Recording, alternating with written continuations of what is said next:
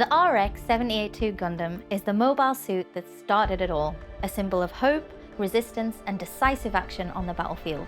In this dynamic pose, beam saber drawn and armor gleaming, it captures the classic heroic silhouette of the original Gundam. Hello and welcome. In this video, we're going to show you how to paint the RX-78-2 Gundam from Gundam Assemble in a clean, vibrant scheme that's ideal for beginners. We'll break the guide down into two sections. First, we'll paint the model to a game-ready standard using clean base colors and simple corrections, and a finish that's ready for the tabletop. Then, in the second, we'll take it further with shading, panel lining, highlights, beam saber effects, lens details, and optional battle damage, so you can really make this legendary hero stand out. Before we start, let's look at what we'll be using. For tools, you'll need a pair of plastic clippers for removing parts from the runner, a hobby knife, file, or sanding stick for cleaning nub marks and mold lines, a few brushes, one larger brush for base coats, one medium brush for most details, and one small brush for panel lines, highlights, eyes, and the beam saber, a water pot, paper towel, and a palette. Gundam Assemble miniatures are push fit, so glue is not required. You can use plastic cement if you prefer a more permanent build, but it's not essential. For paints, we recommend water-based acrylic hobby paints in these colors. We'll show you them on the screen as we go.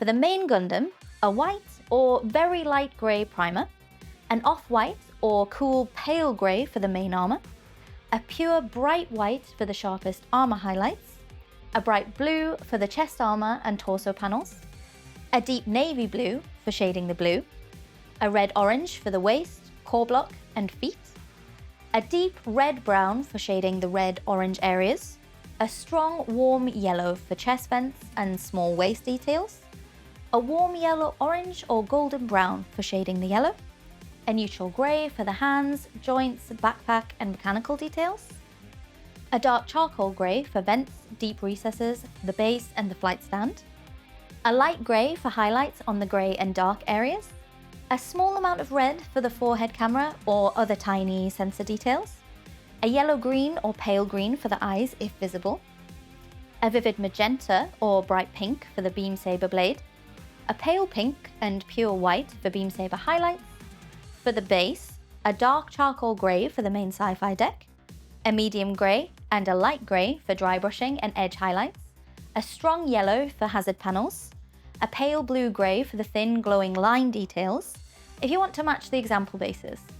For optional advanced effects, a very light cool blue grey for subtle shading on the white armour, a brighter blue for chest highlights, a pale orange red for red-orange highlights, a pale creamy yellow for yellow highlights, a dark brown black for battle damage, a thin magenta glaze for reflected glow from the beam saber.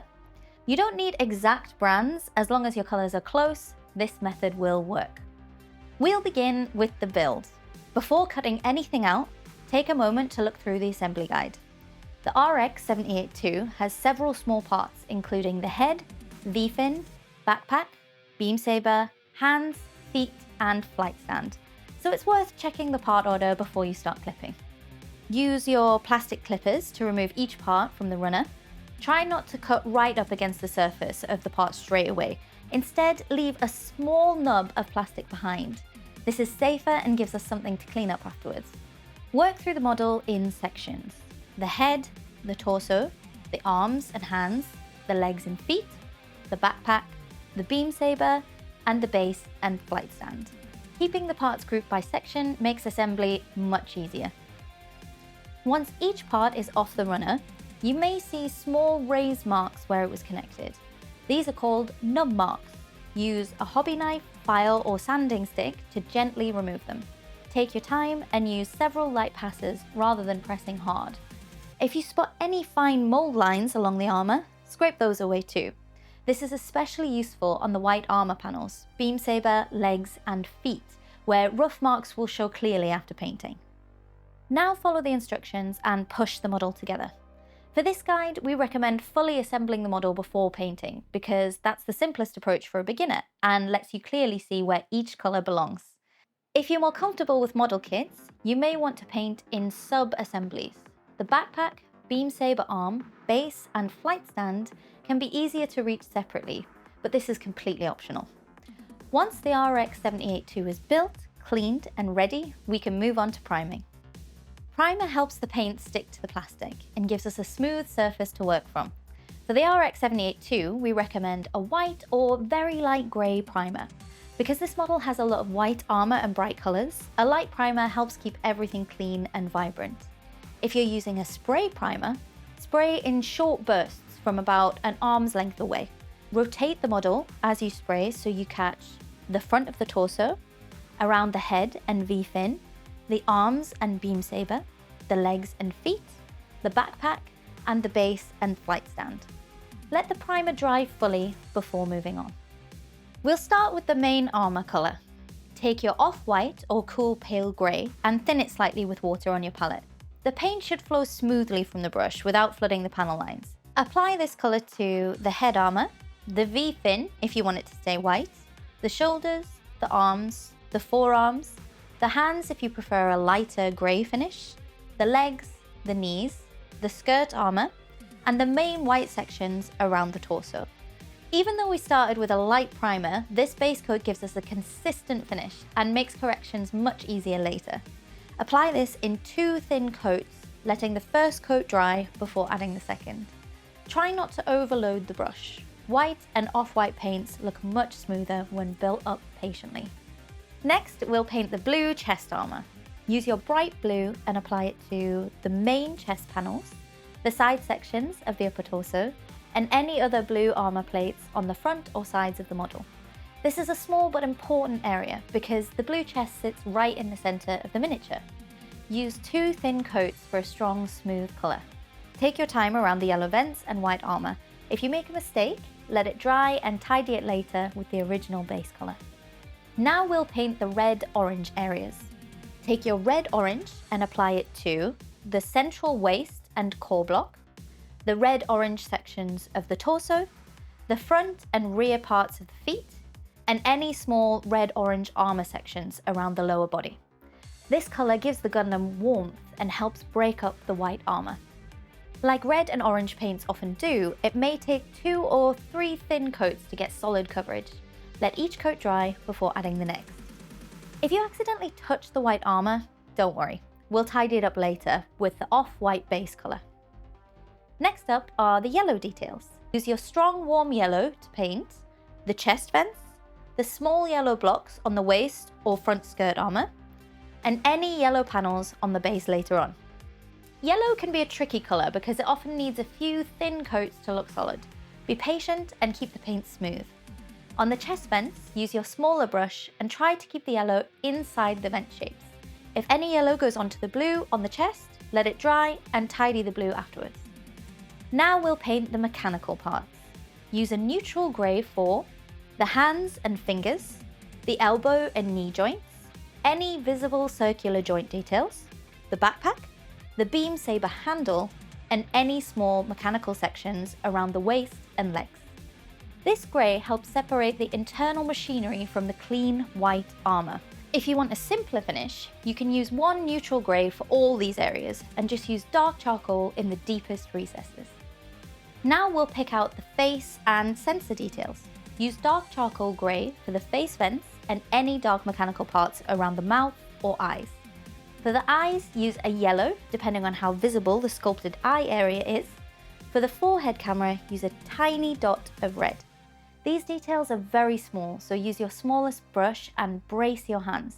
Any tiny amount of paint is enough. If you make a mistake, let it dry, tidy the area with off-white or dark grey, and try again. Now for the beam saber, which is the biggest focal point on this version of the RX-78-2. Start by painting the entire blade with vivid magenta or bright pink. Use thin coats and try to keep the paint smooth along the length of the blade. If your paint looks streaky at first, let it dry and apply another thin coat. For the handle, use neutral grey or off-white, depending on the sculpt. At the game ready stage, a clean, bright pink blade is enough to make the model stand out immediately. To finish the basic stage, we'll paint the base and flight stand. Use dark charcoal grey for the main top surface of the base rim, and the flight stand. At this point, all the main colours are in place. Take a moment to tidy everything up. Use off-white or cool pale grey to clean the main armour, bright blue to tidy the chest panels, red-orange to sharpen the waist and feet, strong yellow to clean the vents and base panels, neutral grey to tidy the hands, joints and backpack, bright pink to smooth the beam saber, dark charcoal grey to clean the base, flight stand, vents and recesses. Once that's done, the RX-78-2 is already game ready. You can stop here and have a clean, recognisable, legendary hero for play. However, one simple extra step will make a big difference: panel lining. For the white armour, use a cool medium grey thin slightly with water. Carefully run this into the panel lines on the head, the armour segments on the arms and legs, the skirt armour, the knee panels, the foot armour and the backpack details. For the blue chest, use deep navy blue mixed with black. For the red-orange areas, use deep red-brown. For the yellow vents and waist blocks, use warm yellow-orange or golden brown. For the grey mechanical parts and base, use black or very dark grey. If the paint pools too heavily, clean your brush, dry it on a paper towel and touch it to the pool to soak the excess away. And with that, the RX-78-2 is fully game ready. Now, let's take the RX-78-2 to the next level. In this section, we'll add stronger shading, sharper highlights, a brighter beam saber, subtle reflected glow, refined panel lining, and optional battle damage. You don't have to do every step, pick the parts you like, and build your confidence as you go. We'll start with the white armour. To shade white without making it look dirty, mix 2 parts off-white or cool pale grey, 1 part very light blue grey, and enough water to make a thin glaze. A glaze is a very thin layer of paint. It should tint the surface without completely covering the colour underneath. Apply this glaze to the lower edges of the head armour, around the shoulders, the recesses of the forearms, the panel lines on the legs, the lower edges of the skirt armour, and the areas around the knees, ankles and elbows. On larger white panels, pull the glaze gently toward the lower edge to create a soft shadow. Let it dry before adding another pass. Several thin layers are better than one heavy coat. This gives the white armour depth while keeping it clean and heroic. Once the shading is dry, we'll highlight the white armour. Use pure bright white for the sharpest edges. Pick out the top of the helmet, the edge of the V-pin, the shoulders, the forearms, the knuckles and fingers if painted light grey, the knee armour, the shin armour, the skirt armour, and the edges of the feet where the white armour is visible. Use the side of your brush where possible. This lets the edge of the model guide the line. For the final points, place tiny dots of white on the sharpest corners, the tips of the V-pin, the corners of the shoulders, the knees, the ankles, and the tips of the skirt armour. This step makes the armour read as crisp, clean, and bright. Next, we'll add depth to the blue chest. Thin deep navy blue with water until it behaves like a glaze. Apply it into the lower parts of the blue chest panels, the recesses around the yellow vents, the edges where the blue meets the white armour, and any panel lines on the torso. Once dry, highlight the blue with a brighter blue. Pick out the top edges of each chest panel, the raised edges around the vents, and any sharp corners on the blue torso armour. For the brightest points, mix a little off-white into the brighter blue and add small dots or short lines to the sharpest edges. This gives the chest a bold, polished finish. Now we'll work on the red-orange areas. For shading, mix 2 parts red-orange, 1 part deep red-brown, and enough water to make a thin glaze. Apply this into the lower part of the waist core, the recesses of the torso block, the underside of the feet, the grooves around the red-orange foot armour, and any lower edges where shadow would naturally sit. Once dry, use a pale orange-red to highlight the top edges of the waist block, the front edges of the feet, the ankle armour, and any small raised red-orange details. For a final point of brightness, add a little off-white to your highlight colour and place tiny dots on the sharpest corners.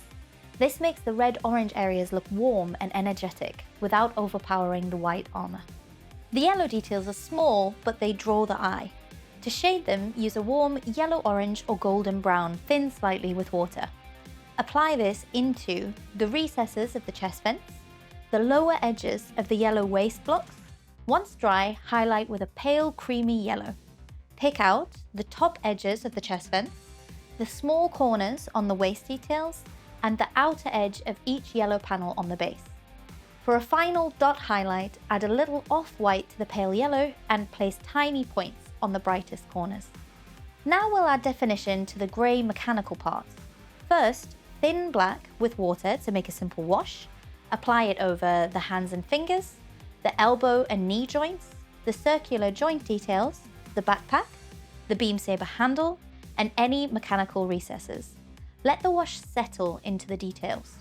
Once dry, highlight these areas with light grey. Pick out the fingers, the edges of the hands, the circular joints, the backpack edges, and the ridges on the beam saber handle. For very dark areas, use a medium grey first, then a smaller light grey highlight on the sharpest edges. This helps the mechanical sections stay readable against the white armour. Now we'll sharpen the face. For the eyes, start with a yellow-green or pale green. Mix a little white into that colour and place a smaller dot or line in the centre of the eye area. Use dark charcoal grey to carefully define the face vents and any lines around the mouth plates. These details are tiny, so take your time and brace your hands. Now let's make the beam saber stand out. Start by making sure the blade is fully coated in vivid magenta or bright pink. Next, mix that colour with a little pale pink and paint a thinner line along the centre of the blade. This suggests a brighter inner core. Then mix in a little pure white and add the brightest highlights along the centre line closest to the hilt, on the raised ridges of the blade, and near the cutting edge or tip. If the blade has sculpted energy texture, use the brighter pink and white to catch those raised details. For a simple glow effect, thin your magenta heavily with water and apply a very subtle glaze to nearby armour. The arm holding the beam saber, the shoulder nearest the blade, the side of the backpack or torso facing the blade, and the rear of the legs if the blade passes behind them. Keep this very light. We want a hint of reflected colour, not pink armour. The base has a nice sci-fi deck pattern, so we can add some extra definition.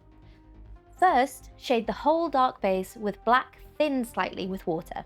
Let it settle into the recesses. Finally, repaint the base rim and flight stand with black or very dark charcoal grey. If you'd like your RX-78-2 to look like it has seen real combat, we can add a little battle damage. Use a dark brown black and a small brush. Paint tiny chips and scratches on the front edges of the feet, the knees, the lower leg armour, the shoulder edges, the skirt armour, and a few exposed areas around the torso. Keep these marks small and controlled. Less is more. Once the dark chips are dry, take the appropriate highlight colour and paint a tiny line underneath each chip. Pure white or off-white on white armour. Brighter blue on blue armour. Pale orange on red-orange areas, and light grey on mechanical parts. This creates the illusion that the lower edges of the scratch is catching the light. Because this version of the RX-78-2 has a clean, heroic look, keep the battle damage restrained. A few well-placed marks will look better than covering the whole model. Before we call the model complete, take a final look over each area.